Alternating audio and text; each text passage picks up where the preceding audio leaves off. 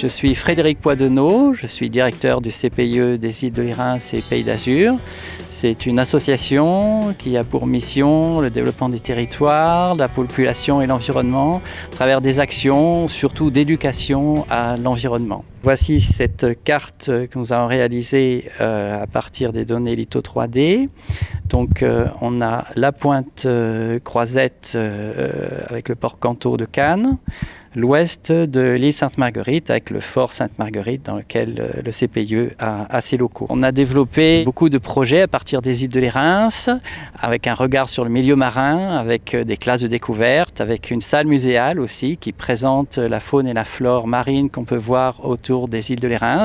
En jaune, les fonds sableux, en vert, les herbiers de Posidonie, avec la campagne Écogeste aussi pour aller en mer, rencontrer les plaisanciers sur leur lieu de mouillage, pour parler avec eux de l'environnement et la préservation du milieu marin. Donc là, on est dans une zone où il y a fréquemment des unités assez grosses de bateaux, donc qui ont une encre assez puissante et qui mouillent plutôt profond. Les cartes, pour nous, c'est un outil vraiment intéressant parce que ça permet d'illustrer le territoire sur lequel on travaille avec cette population.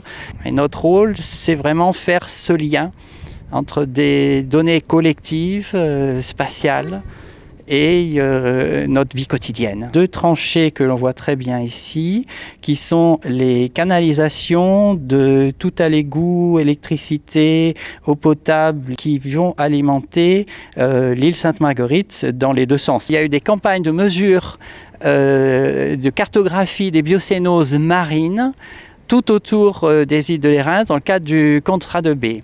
C'est la première fois qu'on avait des données aussi précises, disponibles. Et donc, un des premiers objectifs, c'est faire une carte. On a aussi des structures circulaires, comme ici. Ici aussi. Ce sont des anciennes marques de bombes qui datent de la libération de Cannes, donc en 1944. Et puis est arrivé litho 3D.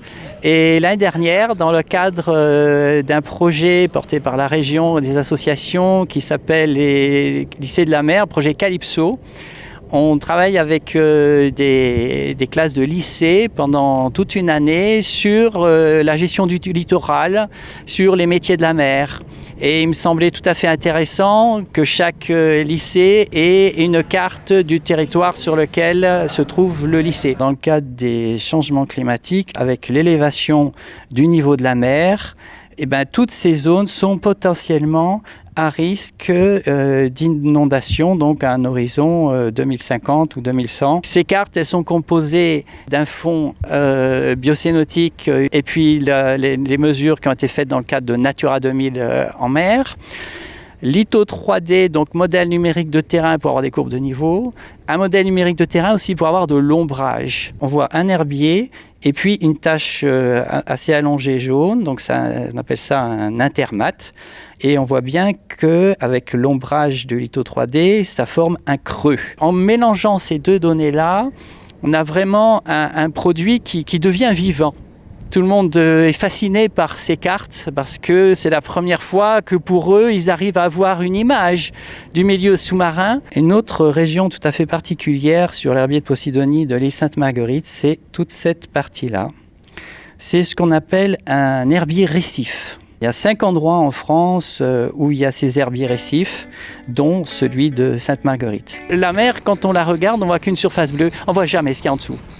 Et il faut donc imaginer ce qu'il y a en dessous.